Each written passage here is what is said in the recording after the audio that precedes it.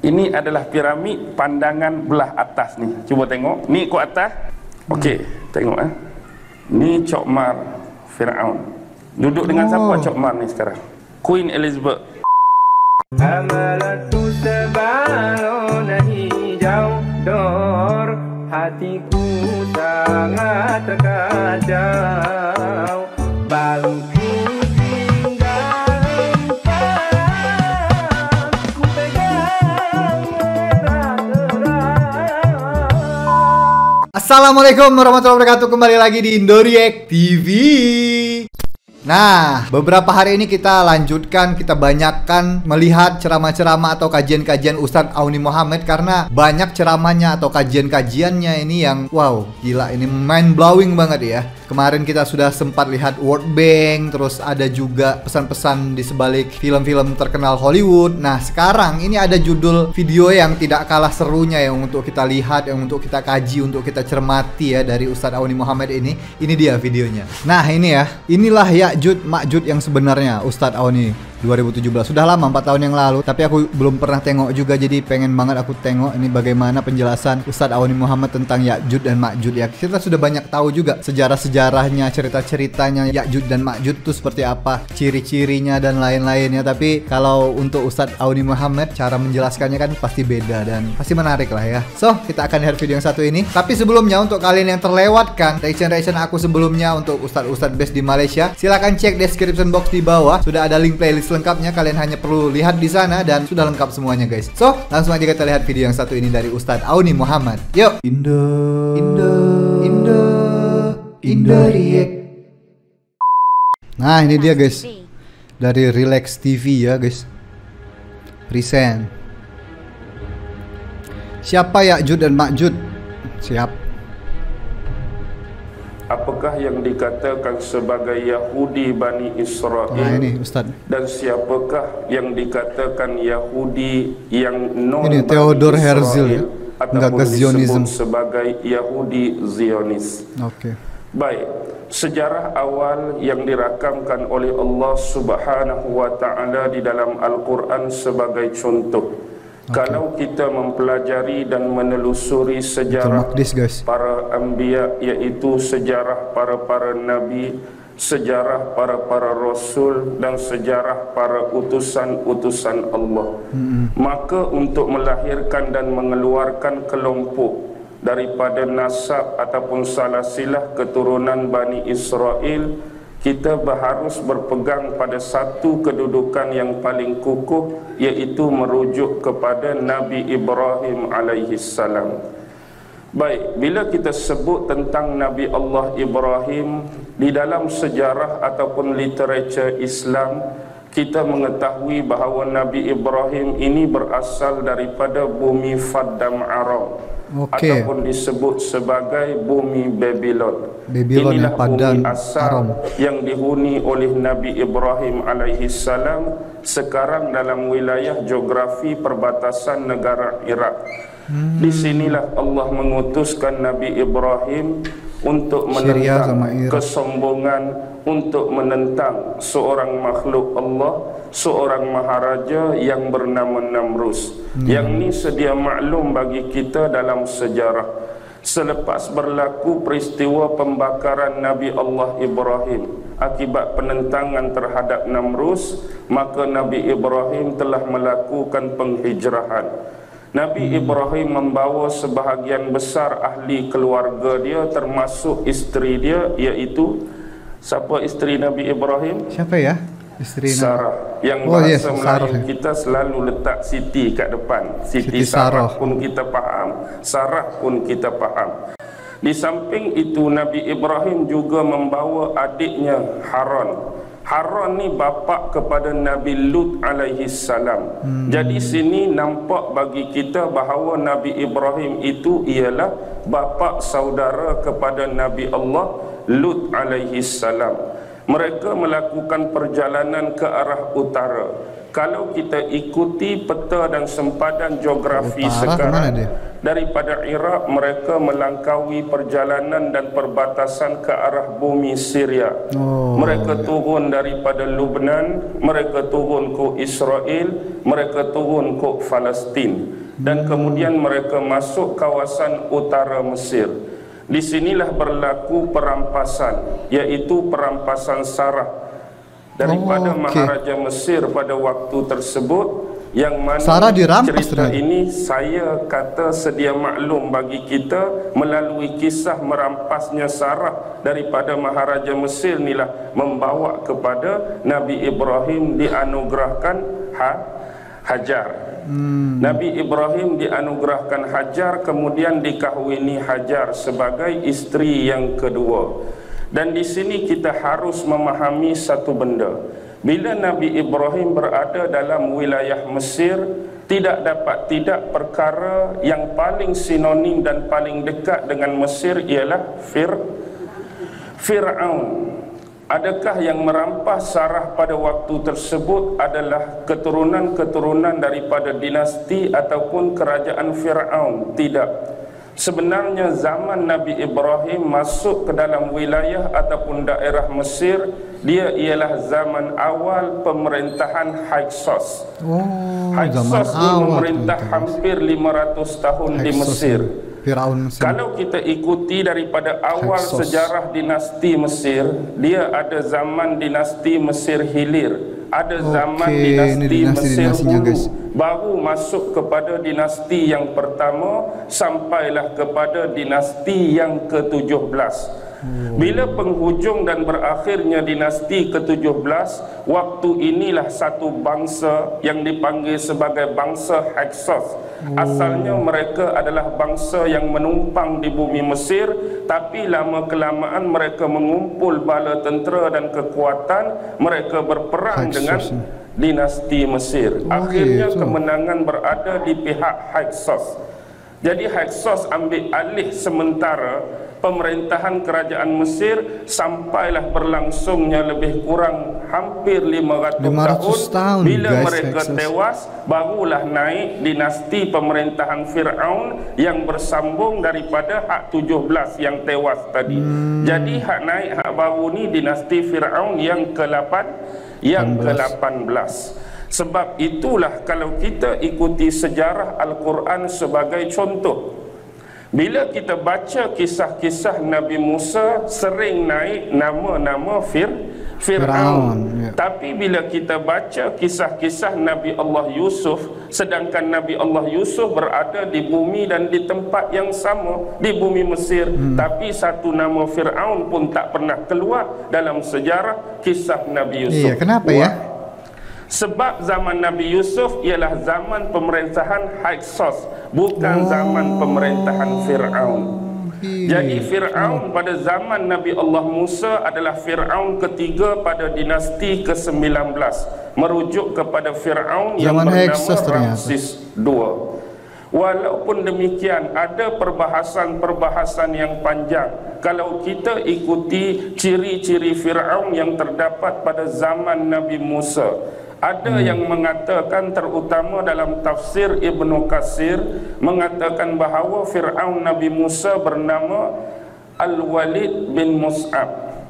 Tu yang pertama, nama dia Al-Walid bin Mus'ab. Bila saya rangkum ataupun connectionkan dengan senarai dinasti Fir'aun dan nama-nama Fir'aun, Walid bin Mus'ab ini ada dalam kerajaan Hyksos sebenarnya. Tapi ini pandangan daripada ulama-ulama yang memerlukan penelitian, yang memerlukan perkajian yang panjang tentang sejarah dinasti dan ketamadunan Fir'aun itu sendiri. Jadi secara ringkas, dapat Hajar. Bila dapat Hajar, kembali semula ke bumi Kan'an. Bila saya sebut bumi Kan'an, agak-agak di mana Kan'an ni? Mana itu? Kan'an tu merujuk kepada Palestin sekarang. Itulah bumi Kan'an. Kan'an Palestin jadi, sekarang. saranan daripada Sarah, yang Sarah ni mandul. Sarah ni tak mampu untuk memberikan zuriat kepada Nabi Allah Ibrahim. Bila dah dapat Hajar, maka Sarah sendiri yang menyarankan kepada Nabi Ibrahim supaya memperistrikan Hajar. Oh gitu. Baik, bila Nabi Ibrahim memperistrikan Hajar, dalam tempoh waktu yang singkat, Hajar ni mengandung. Cuba bayangkan perasaan seorang isteri, memang dia yang suruh kahwin dua, tapi dalam keadaan dia ni mandul, hak suruh kahwin dua pula, muda lepas tu mengandung pula. Bagaimana perasaan dia? Iya betul, sedih lah. Kecemburuan itu tinggi walaupun isteri di kalangan nabi-nabi dan rasul. Akibat kecemburuan tersebutlah seolah-olah Sarah ingin memisahkan Ibrahim dan Hajar. Lantas ini ditunaikan oleh Nabi Ibrahim dengan membawa Hajar ke satu tempat lembah yang gersang yang dikenali sebagai Bakkah. Hari ini kita sebut sebagai Mekah. Di sinilah ditinggalkan Hajar dan anak yang masih kecil, iaitu Ismail. Jadi berlakulah peristiwa lari-lari anak tu yang kita buat dalam ibadah haji dan ibadah umrah yang dinamakan sejarahnya. Sa'i di antara Safa dan Marwah. Kemudian kembali semula ke bumi Kan'an. Tinggallah dua beranak tu. Jadi kembali semula untuk tempoh beberapa tahun. Kemudian datangnya malaikat memberitakan hal yang mengembirakan bagi pasangan Ibrahim dan Sarah, bahawa Allah akan mengurniakan kepada mereka anak. Jadi daripada Sarah lahirlah Nabi Ishak. Dari Sarah Ishak ya. Bila sebut Ishak ni dalam bahasa Ibrani bahasa Arab bermaksud yadhak. Apa maksud yadhak? Yadhak ni ketawa. Ketawa sebab apa? Sebab pertama kali Sarah menerima perkhabaran bahawa dia yang mandul, dia dah berusia lanjut ni, tiba-tiba Allah nak bagi anak. Allah nak bagi mengandung, seolah-olah lepas menerima perkhabaran tersebut dia ketawa. Kegirangan, kerana seolah-olah ini suatu perkara yang tidak disangka-sangka bagi diri dia. Jadi Nabi Ibrahim melalui Sarah adanya Ishak, Nabi Ibrahim melalui Hajar adanya Ismail. Sekarang perbezaan dia antara Ismail dan Ishak, siapa lebih tua? Ismail confirm lebih tua sebab dia lebih awal lahir lagi sebelum dihantar oleh bapaknya Ibrahim ke Mekah. Dan dalam faks sejarah, beza antara umur Ismail dan Ibrahim ialah Ismail lebih tua 14 tahun daripada umur Nabi Allah Ishak. Jadi selepas berlangsungnya peristiwa tersebut, sekali lagi Nabi Ibrahim menuju ke bumi Mekah. Waktu ni umur Nabi Ismail lebih kurang 17 tahun. Waktu kali kedua inilah berlakunya perintah daripada Allah supaya Ibrahim dengan dibantu oleh anaknya Nabi Ismail supaya membangunkan kembali Kaabah buat kali yang kedua, di atas base yang lama, tapak yang lama, foundation yang lama. Kerana sejak zaman sebelum Ibrahim ni, sejak zaman Nabi Adam dulu dah ada Kaabah, dah ada binaan, walaupun tidak secantik zaman Nabi Ibrahim, tidak sebesar zaman Nabi Ibrahim, tidak sekukuh zaman Nabi Ibrahim. Yang ini jadi hilang, yang ini jadi rosak, yang ini jadi musnah akibat berlakunya peristiwa banjir besar, taufan Nabi Nuh alaihi salam yang memusnahkan sebilangan besar kawasan semenanjung Arab, kawasan di Iraq sekarang, kawasan di Iran, Syria, dan kawasan-kawasan yang sehampir dan sewaktu dengannya. Jadi berlakulah peristiwa pembinaan Kaabah buat kali kedua. Bila yang Nabi Ibrahim nak buat ni lebih besar, yang Nabi Ibrahim nak buat ni lebih tinggi. Jadi bila sampai peringkat hak atas-atas tu, Nabi Ibrahim tak sampai, tak capai tangan dia nak letakkan batu-batu asas binaan Kaabah. Jadi dia ambil satu batu besar, dia letak tepi Kaabah, dia panjat atas batu tu, minta Ismail tolong tolong pas kat dia batu untuk dia bina. Jadi lama kelamaan akibat dia duk naik turun atas batu tu, melekatlah bekas tapak kaki Nabi Ibrahim. Jadi bekas tapak kaki itulah yang kita pergi Mekah sekarang ada duk di sudut depan antara rukun, Ya ampun. rukun apa Ya ni? Allah. Aku pengen banget guys ke sana guys. Suatu hari lah insya Allah ya guys ya. Kalau kalian yang sudah pernah naik haji atau umroh, komentar di bawah ya guys ya. Mantap guys. Rukun Hajar Aswad dengan rukun rukun Iraqi. Dengan rukun Iraqi tu ada depan tu sikit makam Ibrahim. Ini. Bagi kita orang Melayu ni yang sinonim sebut makam ni, kita duk ingat ke kubur, tapi pasal apa? Bulat, pasal apa? Kecil. Rupa-rupanya makam di sini bukan merujuk kepada kubur. Oh, bukan tapi kubur. makam ni ialah bekas tapak Pijakan kaki kakinya. Nabi Oh, Ibrahim iya. sewaktu membina binaan Kaabah bersama anaknya Nabi Allah Ismail dulu. Baik. Sekarang ni daripada Nabi Allah Ismail kita tahu jurai salasilah dan nasab ini melahirkan Nabi Muhammad sallallahu alaihi wasallam. Okey. Dari jurai Nabi Allah Ibrahim menerusi Ishak. Menerusi Ishak ni di kemudian hari berkahwin dengan seorang perempuan. Isteri dia nama Rifqah binti Batuil. Isteri Nabi Allah Ishak Rifqah binti Batuil. Jadi dengan Rifqah ni dapatlah 2 orang anak. Sebenarnya 2 ni bukan asing-asing tapi anak kembar. Yang abang diberi nama Aish ataupun juga disebut sebagai Aisu. Adik dia ni Nabi, iaitu Nabi Allah Yaqub alaihi salam. Anaknya Yaqub ya guys. Jadi Nabi Allah Yaqub ni lahir kembar. Abang yang mendahului kelahiran Lahir kembar sebelum ya, dia Yaqub ialah dia. Aish. Di kemudian hari terjadi perselisihan. Jadi Aish ni meninggalkan keluarga menuju ke arah barat. Dialah dikenali sebagai Abu Rum, bapa yang melahirkan keturunan Rum, iaitu Aish. Manakala Ishak ni, manakala Yaqub ni, dia kembali semula ke tempat bapa dia, Nabi Allah Ibrahim tu, iaitu Faddam Aron. Di situ tinggal bapa saudaranya yang bernama Laman satu riwayat, Laban satu riwayat. Jadi kalau orang sebut Laman pun memang ada dalam riwayat, kalau orang sebut nama dia Laban pun memang ada dalam riwayat. Dia ni abang kepada mak dia. Mak dia tadi nama apa? Isteri Nabi Ishak, Rifqah. Jadi Laman atau Laban ni abang kepada Rifqah, bapa saudara kepada Nabi Allah Yaqub. Jadi bila pi ke sana, orang yang mula-mula dia jumpa ialah anak Laban, sepupu dia, iaitu siapa? Rahil nama dia. Jadi pandangan pertama aku nggak hafal guys. Suka kat Ustaz Rahil. ini hafal dia banget rasa ya. berkenan kat Rahil. Jadi bila istilah, dia duduk lama dengan bapa saudara dia, bapa garis-garis saudara dia keturunan pun nak kahwinkan dia dengan anak perempuan dia. Harapan dan cita-cita agar pak saudara dia ni sudi kahwinkan dia dengan Rahil. Tapi mungkinlah walaupun Negeri Sembilan tak ada lagi masa tu, jadi adat masa tu pun dia biasa kahwin kakak dulu. Jadi Rahil ni adik. Jadi kakak dia nama apa? Kakak dia nama Layah. Jadi bapa kahwinkan dengan Layah.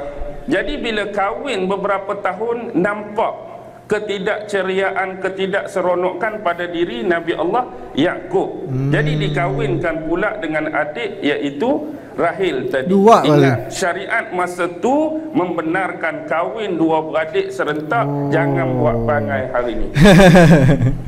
Pak Din nampak 3 anak Pak Din tu sekali jangan dicoba hari ini guys. Beda sekarang. Sama ada bercerai, dulu syariatnya betul meninggal. Baik. Dah kahwin dengan Layah, dah kahwin dengan Rahil, sampai masa Nabi Ishak panggil semula Nabi Yaqub kembali ke bumi Kanaan, bumi Palestin.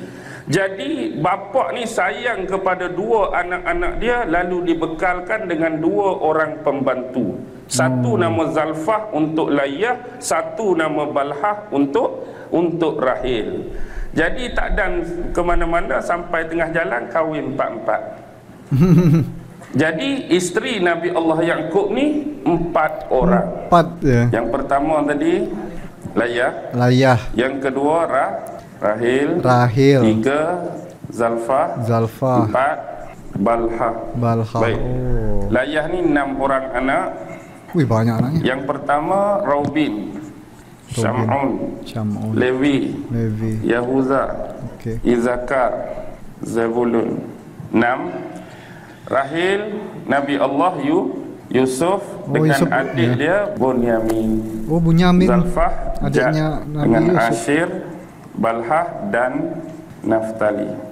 Yang lainnya 2-2 ya. Inilah sebenarnya 12 keturunan Bani Israel. Ni hak betul-betul the real keturunan Nabi Bani Allah Israel, Yaqub alaihi salam.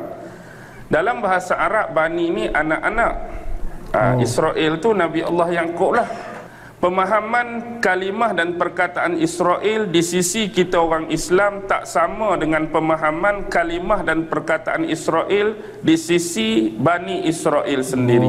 Dalam satu kitab awal mereka merujuk kepada Taurat 5 Nabi Allah Musa alaihi salam, dikatakan pada suatu ketika dahulu Tuhan turun ke bumi menyamarkan diri sebagai manusia. Jadi bila Allah ataupun Tuhan ni turun sebagai manusia, dia ajak Nabi Allah Yaqub berlawan dengan dia, berkusti dengan dia. Saya sebut awal-awal ni Israiliyat yang direka-reka, yang ditambah-tambah. Jadi bila berlawan dengan Nabi Allah Yaqub, kalah Tuhan. Patah paha kanan Tuhan, dimenangi oleh Yaqub. Inilah kata-kata masyhur yang keluar, yang hari ini dipegang oleh sebahagian besar Bani Israel. Sesungguhnya selepas ini kamu sesekali jangan lagi dipanggil dengan nama Yaqub, tetapi kamu dipanggil dengan nama Israel, yang bererti kamu yang mengalahkan Tuhan. Kalau sebenar dalam bahasa Israel tu kamu yang mengalahkan Tuhan, maksud hamba Allah, sama dengan Abdullah dalam bahasa Arab. Ni pemahaman kita tentang kalimah Israel. Tetapi Yahudi Zionis dan sebahagian besar Bani Israel masih memegang pemaknaan kamu yang mengalahkan Tuhan. Sebab tu sifat, sikap dan perangai mereka hari ini memang ke arah ciri-ciri tersebut. Asyik cuba mencabar Tuhan, mencabar Allah Subhanahu wa ta'ala. Baik, kalau kita tengok 12 keturunan ni, yang paling penting Levi, Yahuza, Yusuf. Sebab dalam Taurat yang 5 ada khusus bab Levi. Sebab Levi ni salah satu keturunan yang melahirkan para nabi dan rasul. Biasa keturunan Yahuza melahirkan raja dan pemimpin. Contoh Nabi Musa. Nabi Musa dari Levi. Nabi Allah Harun. Levi. Yahuza raja dan pemimpin. Contoh Nabi Allah Daud. Dia jadi nabi, dia jadi raja. Nabi Allah Sulaiman, dia jadi nabi, dia jadi raja. Ini nabi-nabi bagus ini keturunan Yahuza. Tapi sebahagian besar adalah keturunan Levi. Ada juga sebahagian nabi keturunan Bunyamin. Contoh, masa zaman Nabi Musa ada seorang watak nabi yang bukan rasul, iaitu Yusha bin Nun bin Yufraim bin Yusuf alaihi salam. Nabi Yusha bin Nun, hak teman Nabi Musa tu, cari Nabi Khidir, hak tukang bawa ikan tu, dia cicit Nabi Allah Yusuf, Yusha ni. Baik, inilah keturunan asal 12 Bani Israel. Sekarang sampai kepada pengetahuan kita tentang satu kaum Yahudi yang kita panggil Yahudi Zionis. Sebenarnya siapakah Yahudi Zionis? Di sinilah pemahaman dan penelitian serta pengkajian perlu dilakukan. Adakah 12 keturunan Yahudi Bani Israel ini terlibat secara langsung atau sememangnya tidak ada hubung kait langsung antara 12 Bani Israel dengan Yahudi Zionis sekarang? Baik, tak ada sebenarnya. Tak ada kena-mengena Zionist pun criminal 12 and the Bani Palestinian Israel tu cause. dengan Yahudi Zionis sekarang. Tapi di depan ni Yahudi Zionis tak kira, siapa pun boleh reka. Zionis ke Zionos ke Zionun ke. Dari serpihan mana mereka berasal kalau bukan dari 12 keturunan Bani Betul. Israel. Sebenarnya Yahudi ini adalah Yahudi yang cuba ditambah menjadikan keturunan yang ke-13. Sengaja diada-adakan, sengaja difaktakan. Baik, sekarang kita nak telusuri Yahudi Zionis. Sebagai contoh, banyak sebenarnya di kalangan Yahudi yang bukan non-Israel. Kita tengok awal abad sebelum diutuskan Nabi Muhammad, lebih tepat tahun 523 Masihi, berlaku dalam daerah Yaman. Di Yaman ada seorang raja yang nama Zunuwas yang memerintah Yaman pada waktu tersebut menganut agama Yahudi, sehingga terjadinya kezaliman dan penindasan terhadap orang-orang Kristian. Dengan bahasa yang mudah, bila Nabi Baru lahir, orang-orang Kristian yang beriman ini sebenarnya juga merujuk orang-orang Islam. Jadi cerita ini cerita yang masyhur. Mungkin kita tak pernah kenal Raja Zunuwas, tetapi cuba baca kisah Ashabul Ukhdud. Ashabul Ukhdud, raja yang bunuh budak tu, itulah Raja Zunuwas. Hak budak tu sebenarnya nak dilantik sebagai pengganti ahli sihir raja kan. Dia suruh pergi belajar, tapi budak tu tak belajar pun. Budak tu pergi belajar dengan orang lain. Orang tu ialah orang Kristian masa tu, memang orang Islam lah. Lepas tu Zunuwas ni marah, dia cuba bunuh budak tu dengan macam-macam cara. Ada dia pergi letak atas bukit, hempak turun tak mati, ikat tangan, ikat kaki, bawa naik kapal pergi ke laut, cuba lemaskan, tiba-tiba sampai ke pantai tak mati, bakar dalam api tak mati, bubuh dalam kandang singa, kandang rimau pun tak mau makan. Last kali budak tu kata apa? Kalau betul-betul kamu nak bunuh aku, kena bunuh depan orang ramai. Kamu ikat aku, kemudian lepaskan anak panah. Dan panah tepat-tepat kena di tengah-tengah dahi. Sambil lepaskan anak panah, baca Bismillah. Jadi akibat dipanah dan mati itulah yang menyedarkan orang ramai bahawa agama dan akidah yang dibawa oleh budak tu ialah akidah yang betul dan benar, yang menyebabkan ramai beriman. Zunuwas ni nak tewaskan seorang, tapi akibat dia terpaksa terima pengkristianan, atau dengan bahasa yang mudah, pengislaman secara besar-besaran. Akibatnya dia menghukum semua yang masuk Islam tu dengan digalikan luban yang besar, dibuat unggun api yang besar, umban sekok-sekok. Inilah dikenali sebagai peristiwa Ashabul Ukhdud tu. Kutilah Ashabul Ukhdud tu, itulah. Akibatnya ada 2-3 orang yang terlepas, tak dan dibakar melarikan diri. Lalu mereka ni minta bantuan dengan Byzantine. Siapa Byzantine ni? Byzantine ni Rom. Mereka sinonim dengan Yahudi ke Islam ke Kristian. Byzantine Kristian. Jadi mereka minta bantuan dengan Byzantine, jauh jalan. Tapi Byzantine kata, aku tak mau campur tentang urusan kamu. Sebenarnya kalau ni kes Kristian sama Kristian, okey. Tapi sebab raja zaman Zunuwas ialah Yahudi takut jadi benda lain, jadi aku sarankan kepada kamu kembali semula, minta bantuan negara sebelah laut jiran kamu tu. Apa? Habsyah Raja An-Najasyi, agama Kristian. Minta Habsyah Najasyi tolong kamu. Jadi dengan susah payah sampai ke Ethiopia, sampai ke Habsyah. Sebab itulah berlakunya penyerangan kerajaan Habsyah terhadap Yaman. Jadi dihantar ketua panglima perang nama Aryat. Pembantunya ialah Abraha. Ini nak start cerita ni. Abraha Al-Ashram. Asalnya Habsyah tak ada kena mengena dengan Yaman. Tapi bila kes ni dihantar Aryat dengan pembantu dia Abraha serang Yaman, serang Raja Zunuwas. Akhirnya Raja Zunuwas tewas. Jadi Yaman menjadi wilayah teritori Habsyah, dijaga oleh Aryat, dijaga oleh Abraha. Di kemudian hari terjadi perselisihan dan persengketaan antara Aryat dengan Abraha. Akhirnya Aryat tewas di tangan Abraha. Jadi bila Abraham memerintah, waktu inilah dia tengok orang-orang di sekitar Jazirah Arab tu dari pelosok penjuru dunia pergi ke satu tempat untuk menunaikan ibadat haji.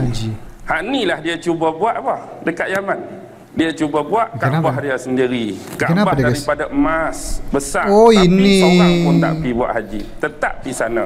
Atas kecemburuan tersebutlah beliau menyerang. Ni kes. Maksudnya dekat-dekat aja kisah ni. Kisah ni bertaut antara Ashabul Ukhdud selang dengan penyerangan Kaabah. Okey. Sekarang ni, kalau kira Yahudi hak duduk di zaman-zaman Zunuah tu, Yahudi Bani Israel 12 ke? No. Maksudnya dah ada Yahudi. Lebih jauh kawasan Afrika, kawasan Habsyah tu, Afrika Utara, banyak Yahudi. Antaranya Jawara, nama suku Yahudi. Antaranya Nafusa, nama suku Yahudi.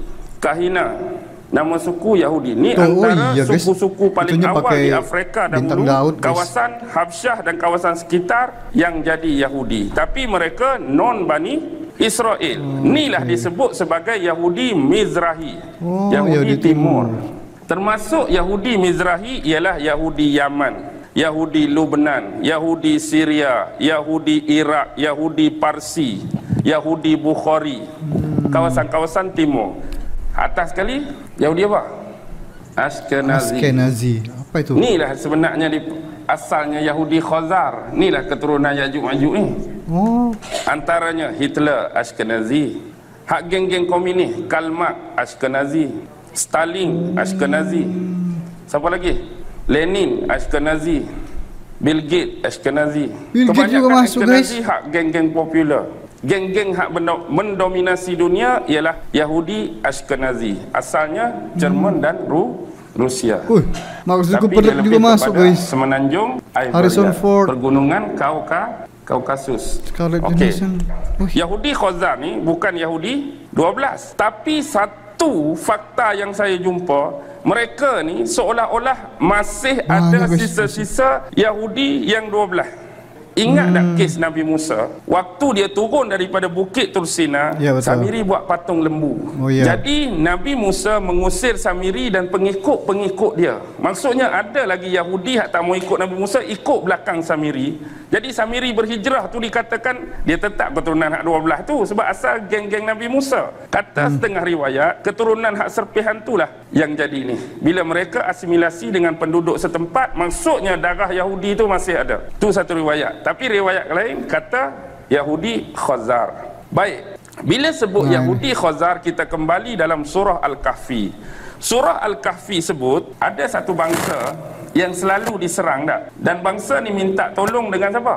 Iskandar Zulkarnain, kerana ada satu bangsa yang menyerang mereka, memusnahkan mereka, merosakkan mereka, merujuk kepada Ya'juj Ma'juj. Nak memahami tempat asal Ya'juj Ma'juj, kita perlu tengok kriteria bangsa hak minta tolong. Kriteria bangsa hak minta tolong cukup cekap dalam bidang apa? Bawakan kepada aku tembaga yang dicairkan. Maksudnya kumpulan-kumpulan ni pakar dah, bahagian besi, bahagian tembaga. Dan bila kita ikuti fakta-fakta sejarah, dia lebih merujuk kepada bangsa Slavia ataupun disebut Skytia. Slavia, Skytia, kawasan-kawasan ni je. Semenanjung Iberia, iaitu kawasan utara Georgia. Okey, sekarang ni Ya'juj Ma'juj ni dah keluar ke belum? Kalau kita tengok urutan-urutan peristiwa akhir zaman, seolah-olah dia tu lepas Nabi Isa dulu baru tu keluar Ya'juj Ma'juj kan. Sekarang ni ada satu surah dipanggil surah Al-Anbiya, ayat 95, ayat 96 boleh rujuk. Amat mustahil untuk penduduk sesebuah negeri untuk kembali semula sehingga dibukakan tembok ataupun benteng Ya'juj dan Ma'juj, dan mereka akan turun daripada tiap-tiap tempat yang tinggi dengan laju. Okey, penduduk bermaksud orang Yahudi. Negeri yang dimusnahkan merujuk Baitul Maqdis. Amat mustahil bagi orang-orang Yahudi, mustahil Allah kata bagi orang Yahudi untuk kembali semula, seolah-olah menghidupkan balik, membangunkan balik negeri yang dah kami musnahkan, Baitul Maqdis. Tapi perkara itu tak jadi mustahil dan boleh berlaku sehinggalah kami dah buka pintu tembok Ya'juj dan Ma'juj. Dan hari ini negara Israel dah tertubuh pada tahun 1940. Maksudnya pintu ni dah lama terbuka. Lebih awal hadis Zainab binti Jahshin, isteri Rasulullah. Isteri Rasulullah tu dia kata Rasulullah masuk ke dalam kamar atau bilik aku dalam keadaan muka yang merah, muka yang berlainan. Lalu Rasulullah sebut wailun lil Arab min syarrin qadik taroba. Celakalah bagi bangsa Arab. Nabi itu bangsa apa? Arab. Nabi pun bangsa Arab, tapi inilah kalimah sabdaan yang keluar dari mulut Nabi, celaka bagi bangsa Arab, sesungguhnya kejahatan makin mendekati mereka. Dan anda pun perlu tahu hari ini apa dah berlaku kepada bangsa-bangsa Arab secara keseluruhan. Betul. Kalau mereka tu tidak dimusnahkan, kalau mereka tu tidak dihancurkan, kalau mereka tu tidak diapa-apakan, sekurang-kurangnya pemimpin bagi negara yang tidak diapa-apakan itu sekadar menjadi papet, sekadar menjadi hamba bagi sistem mereka. Pasal apa? Semakin mendekat, hari ini dah terbuka tembok Ya'juj dan Ma'juj sebesar ini. Rasulullah mengisyaratkan dengan menghubungkan jari telunjuk dengan jari ibunya besar ni dah pecah. Kalau zaman Nabi pecah besar ni, zaman kita bukan kata pecah, dia dah lama keluar dah. Okey, Ashkenazi dulu ada kerajaan Khazar abad ke-7. Kerajaan Khazar memang ada lah, Khazariya Empire. Pada zaman kerajaan Abbasiyah, salah seorang khalifah Abbasiyah telah minta Muhammad bin Musa Al-Khawarizmi. Pernah dengar Khawarizmi kan? Khalifah mengarahkan beliau supaya pergi kepada kerajaan Khazar. Tujuan dia untuk meneliti apakah sebenar yang terselindung di sebalik Khazariya Empire. Satu lagi nak cari apa? Nak cuba analisa tembok Ya'juj dan Ma'juj yang terselindung di sebalik Khazariya Empire. Masa tu dia diberi kebebasan untuk mengkaji, untuk menganalisis, sebab Raja Khazariya waktu tersebut bernama Turkhan. Dia bagi kerjasama. Sebab apa? Khazariya berada di celah dua kerajaan besar. Kerajaan apa? Belah selatan dengan tenggara wilayah kekuasaan Islam, Khalifah Abbasiyah. Kalau bahagian barat dan barat daya, yang ni Byzantium. Mereka diapit oleh seolah-olah Islam dan Kristian. Tapi Khazariya non-religion. Dia penganut paganisme dengan syamanisme. Syaman ni tak umum, dia lebih suka benda-benda khurafat, benda-benda sihir. Kedudukan dia tu memang strategik, tapi suka duka dilalui oleh dua kerajaan inilah. Sebab tu bila hak ni mai nak buat eskavansi ataupun penelitian, dia boleh bagi secara mudah. Byzantium merujuk kepada Rom. Rom terbahagi kepada dua. Satu Rom Barat, satu Rom Timur. Yang akan bergabung dengan tentera Islam dalam perang besar akhir zaman, Rom Timur kan Rom Barat? Rom Timur akan bergabung dengan tentera Islam. Hak ni akan bergabung dengan kita. Hak ni lebih mesra dengan Islam sebenarnya. Hak ni merujuk pada apa sekarang agak-agak? Hak sesuai. Bahagian timur kuasa besar Ortodok, Rusia, Turki, Syria. Lepas tu Rom Vatikan ni, NATO, UN dan bangsa-bangsa Arab hak menyebelahi Rom Barat, UAE, Oman, Arab Saudi. Hak tu bahagian belah blok barat. Okey, lama kelamaan yang ni datang, yang ni pun datang atas undangan Raja Khazar. Dia Khazar ni jadi Yahudi abad ke-9. Dia start abad ke-5 lagi. Tapi abad ke-7 dan ke-8 ni Maharaja Khazar nama bulan dia jemput wakil Kristian, wakil Islam, dia jemput wakil Yahudi untuk mendengar tentang akidah dan teologi agama masing-masing. Seolah-olah dia berasa nak beragama, dia nak pilih dah. Daripada tiga agama tu hak mana terbaik? Mari gitu ulama Islam cerita hal kamu, akidah Islam lagu mana? Mari Robah Yahudi cerita pasal Yahudi lagu mana? Mari Kristian cerita pasal Kristian. Akhirnya dia pilih hak mana? Dia pilih Yahudi. Why dia tak pilih Islam? Why dia tak pilih Kristian? Sebab bagi dia Yahudi salah satu daripada 3 agama samawi dan dihormati oleh Kristian dan Islam. Betul, yang sebenarnya Yahudi ini sebagai tempelan politik semata-mata. Sedangkan roh, hati dan jiwa masih mengamalkan paganisme dan syamanisme. Inilah Yahudi Zionis di kemudian hari, iaitu Yahudi Khazar.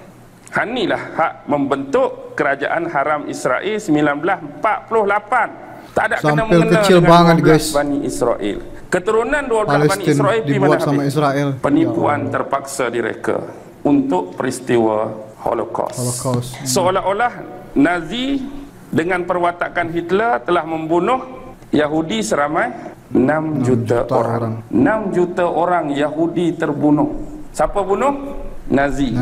Di bawah Hitler. pimpinan Hitler. Tapi sedar atau tak sedar, Yahudi dibunuh, betul atau salah? Benar. Tapi Yahudi mana?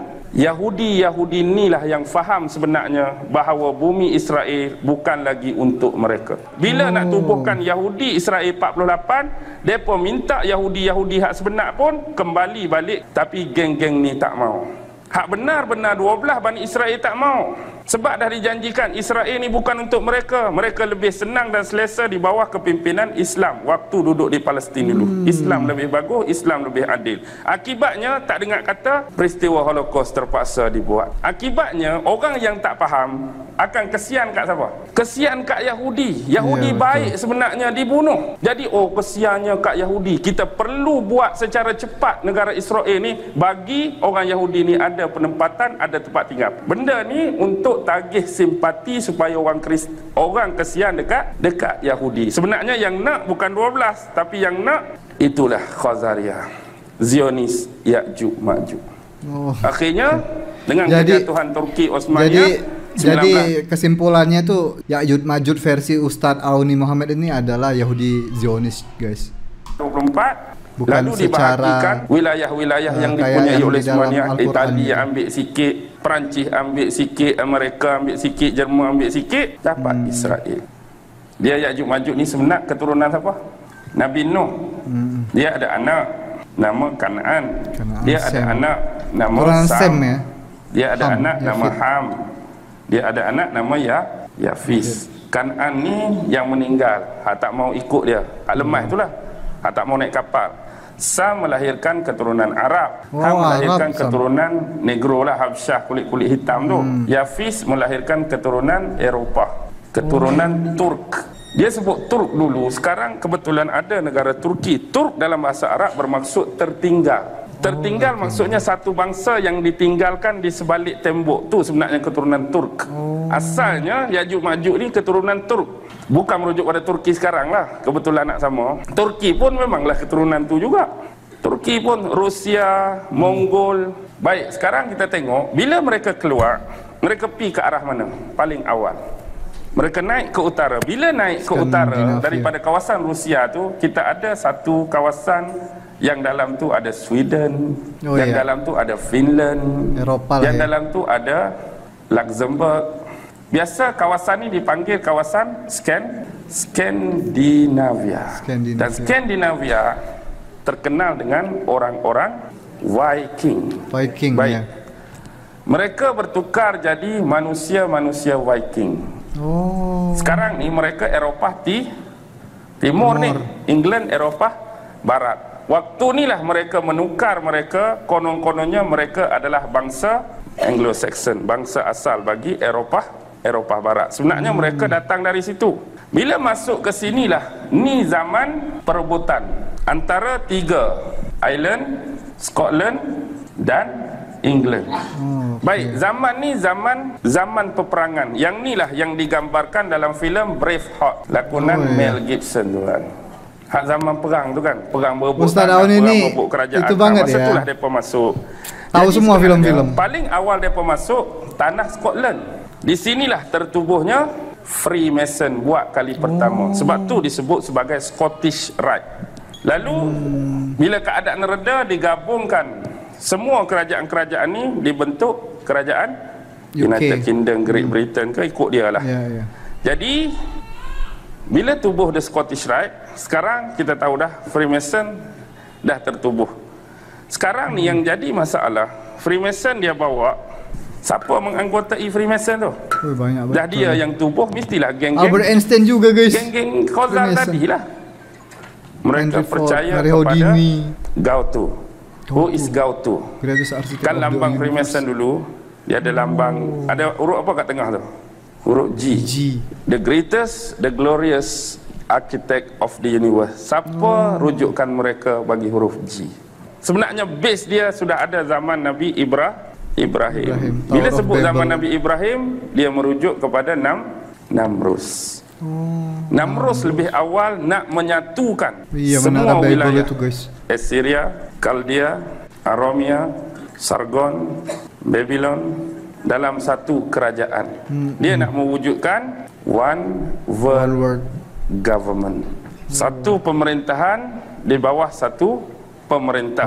Dan hari ini dia tukar jadi New World Order. Hari ini mereka dah tubuhkan sama saja. Maksudnya semua negara duduk bawah mereka. Di bawah negara-negara ada kuasa veto. Antaranya Amerika, British, China, Rusia dan Perancis. Ditambah negara G8. Okey, tahu tak negara G8? G8 tu kuasa veto tu 5 dah, 3 lagi. Kanada, Jerman, Jepun. Ni negara G8. Bila sebut United Kingdom, seolah-olah dia nak menyatukan ke-12 bangsa Bani Israel. Warna yang ada merah, biru dan putih. Okey, apa yang nampak situ? Ini adalah piramid pandangan belah atas ni. Cuba tengok. Ni ke atas. Okey, tengok Ni Cokmar Firaun. Duduk dengan siapa Cokmar ni sekarang? Queen Elizabeth. Oh iya. Pasal apa benda Firaun boleh duduk dengan Queen? Pasal apa boleh duduk dengan hakim? Hakim hari ni pakai apa? Hak putih berbulu tu. Ni hak zaman siapa ni? Firaun. Ni zaman Firaun. Iya. Sekarang faham mereka ini adalah keturunan siapa? Dia keturunan dinasti 32 Ptolemus. Dinasti Firaun sebenar berakhir dinasti 31. Tapi Ptolemus masih lagi keturunan Firaun. Yang ni zaman Cleopatra. Bagaimana keturunan ni boleh pergi Eropah? Cleopatra berkahwin dengan Julius Caesar. Pergi ke Eropah. Kemudian Julius Caesar mati, kahwin pula dengan Octavius. Kemudian dapatlah anak Selena, Mark Antony. Keturunan-keturunan dia kemudian menjadi keturunan raja-raja di Eropah. Kumpulan inilah yang dikenali sebagai Merovingian. Bergabung dengan 13 keluarga Illuminati, Astor, ada keluarga Lee, ada keluarga Freeman, ada keluarga Kennedy, ada keluarga Onassis, ada keluarga Disney, ada Rothschild, ada Rockefeller, ada Wendling. Jadi 13 ni yang jadi ketua mereka ialah Merovingian. Siapa? Ratu dia? Queen Elizabeth. Kan kalau kita main Facebook kan, ada peta dunia kan. Lepas tu dia buat gambar kepala. Cuba bilang kepala tu ada berapa. Dan kita pun masuklah ke Facebook, buat wall kita. 13. Kita pun mengadulah kat situ. Macam mereka mengadu kat Wailing Wall tak. Hari ni bergaduh dengan suami, tulis dalam ni. Hari ni minum TO kedai Pak Cik Mat, bubuh dalam ni. Semua kita nak kongsi. Betul ke tak? Betul. Wow, gila ini guys. Nah itu dia guys, panjang banget videonya, 45 menit, hampir 1 jam ya. Jadi banyak kesimpulan-kesimpulan atau cerita-cerita atau sejarah-sejarah yang bisa kita dapatkan dari ceramah Ustadz yang satu ini. Banyak juga yang aku baru tahu, ilmu-ilmu baru. Dan mungkin kalian juga ada yang belum tahu tentang cerita-cerita yang sudah disampaikan oleh Ustadz Auni Muhammad dengan hubungannya dengan UK lah, Ratu Elizabeth lah, dan lain-lain lah ya. Hubungannya itu terbilang cukup masuk akal lah ya. Koneksinya itu cukup masuk akal lah kalau menurut aku ya, bukan hanya sekedar apa ya, cocokologi ya, sekedar dihubung-hubungkan, bukan, tapi memang berdasarkan fakta sepertinya ya. Jadi menurut kalian gimana guys? Apakah kalian setuju dengan pendapat Ustadz Auni Muhammad tentang ceramahnya yang satu ini? Silahkan komentar di bawah. Kalau kalian setuju, alasannya kenapa, dan kalau kalian tidak setuju juga silahkan komentar di bawah dengan alasannya kenapa. Kita kaji bersama-sama, kita lihat pendapat kalian ya. So, itu aja untuk video kali ini. Cukup sampai di sini aja. Sampai ketemu lagi di selanjutnya. Terima kasih untuk teman-teman yang sudah menonton video ini. Terima kasih untuk teman-teman yang sudah subscribe support channel ini. Dan akhir kata, peace, love, and respect for Indonesia. Ciao. Sayonara, sayonara, sampai berjumpa lagi.